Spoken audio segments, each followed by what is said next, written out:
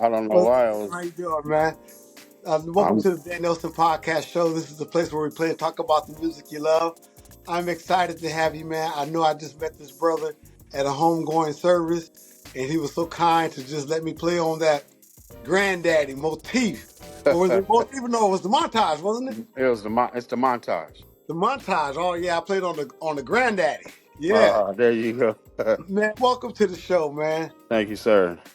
Look, Pleasure man, to I'm be. excited because I wanted to get your perspective and your take on your musical journey, man. So I'm just gonna ask you a few questions, and if you can just let my audience know your humble beginnings, what you're doing now. So my first question is, how long have you been playing keyboards? Oh my gosh. I've been playing for about 44 years. Is that right? Yeah, I know I Oh don't look it, but I've been playing for a long time, brother. man, that's cool. That's cool. Uh, what sparked your interest? Who got you started?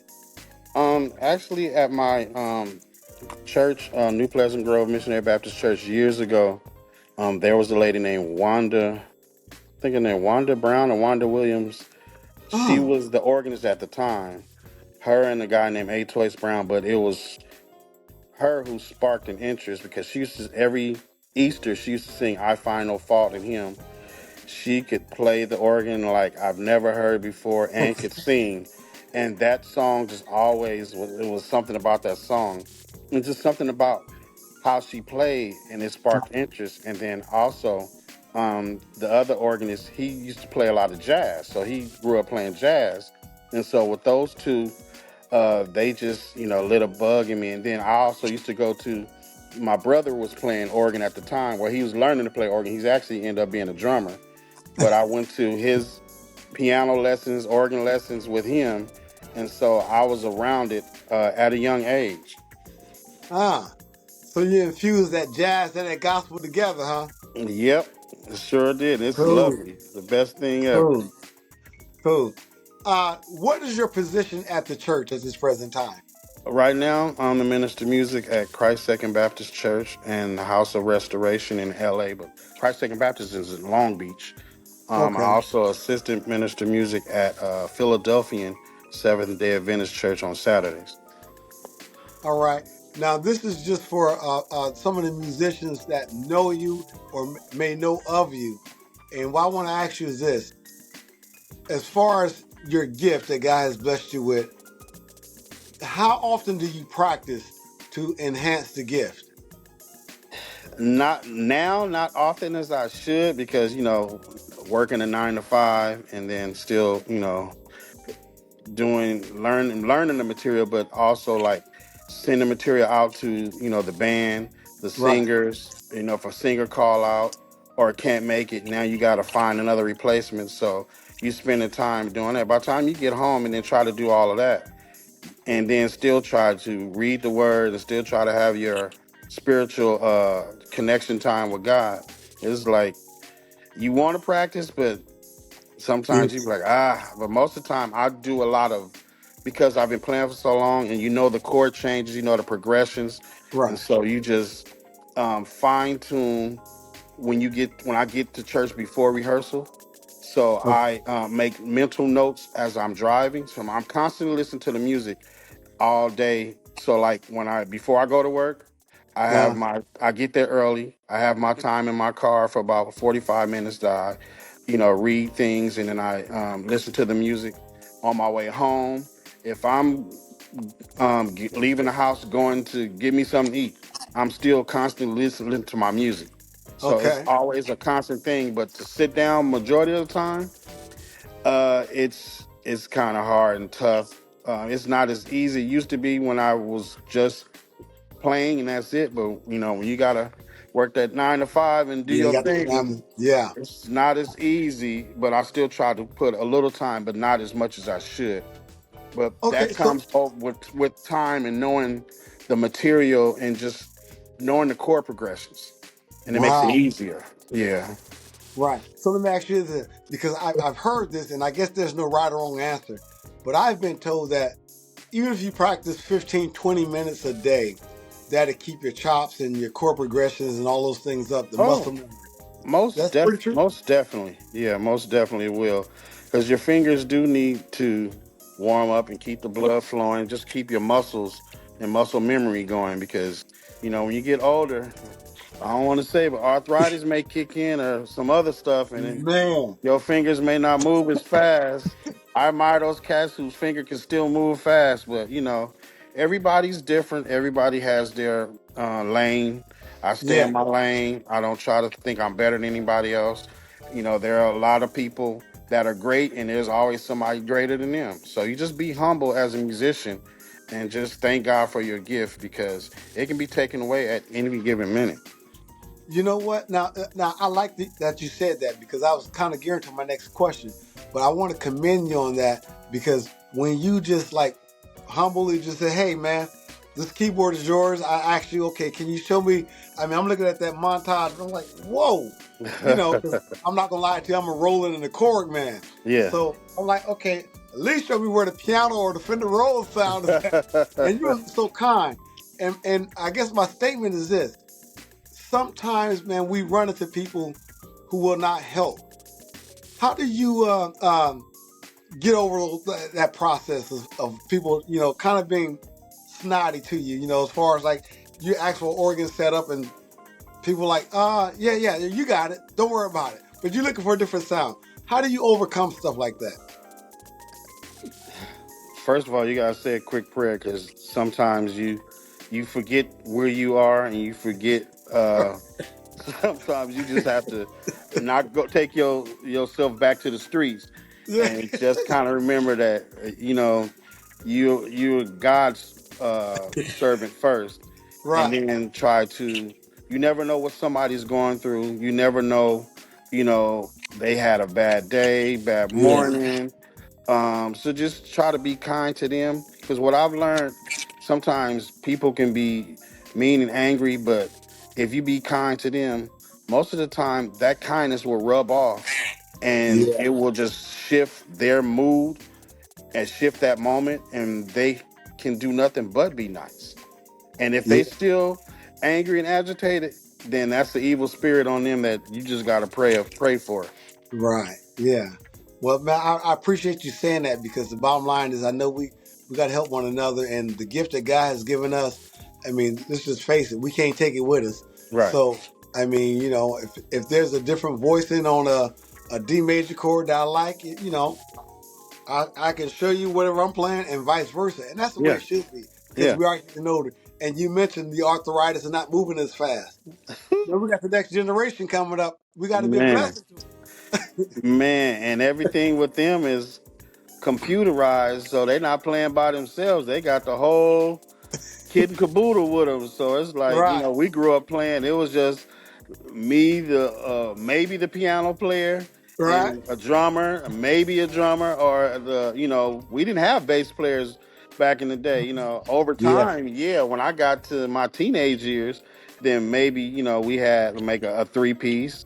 It was only maybe I got to my 30s or late 30s, early 40s, where I really started playing with a full band at church. But Right. we had a different time. We had to really show musicianship and not mechanical, technology stuff, which is nothing wrong with it. I love it because it enhances everything that you're doing. It just Right. makes everything sound great. But what happens if there's something wrong with your computer? With something break down on your computer, Yeah. software messes up, or um, the power goes out. One time here, the power went out, and we couldn't do too much, but they had to sing a cappella. Right. So hey, Yeah. Man, you know what? So now, how many pieces do you have at your church at Christ Second Mass? it's five. Five. So we have organ, keyboardist, bass guitar, electric guitar, and we have the drummer. Okay. Now, how do you process all that type of stuff? I mean, as far as having them work together, because let's just face it, there are some bands, and there might be church bands or R&B bands or whatever, cover bands. And you've heard of them, and sometimes they just don't gel. How's your process of getting them the music and teaching them to kind of, you know, keep it tight, keep it knitted? I try to, first of all, stay loyal to the guys that I use and that I've been using for years. We've been playing together for, wow, maybe over 20 years. So if I Okay. go to a new place, I usually try to take them with me. But I've been at this church for like about 15 years. Okay. And so I bring people on board that I know I've worked with in the past, that I know I can trust, and I know that will learn their material, and there's no issues. So we've been playing together for so long, we kind of know any little nuances. And even the guy that we got now, who is exceptional, and he makes us even better musicians. Okay. It's phenomenal. I was skeptical at first when he came on, but after he came on and just like he's one of those that really study the music, so he Right. make you be on your p's and q's, Ah. and but it enhances everything and it makes everything sound better. And even like having rehearsal after. Um, we have after we have choir rehearsal, then we have band rehearsal sometimes just to Yeah. fine tune things, but it's just the working chemistry. And I'm the type of person, I'm loyal, I'm humble. There's no need to have a nasty attitude just because you are the minister of music and to Right. walk around with, your chest poked out. Right. Because for what?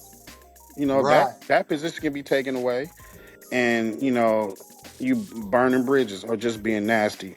And that's not conducive of how God would want you to be as a leader anyway. That's exactly it, man. Treat people the way you want to be treated. Do unto others as you want have them do unto you. Yeah, and But that's so I true. send the material out.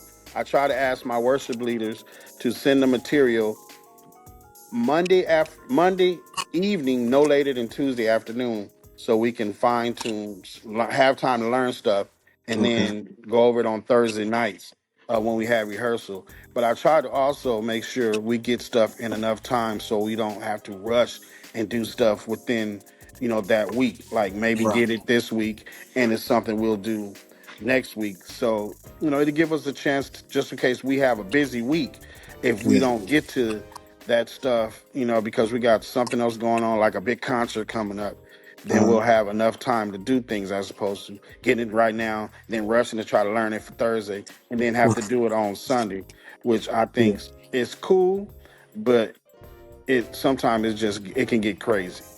Because Yeah. what happens if we have to cancel rehearsal for Right. any number of like tonight is raining, and then Yeah. possibly in the future something like that happen, you have to cancel rehearsal. So at least you have time to add more material to your repertoire. And so if you Yeah. have to skip a rehearsal, you can move on.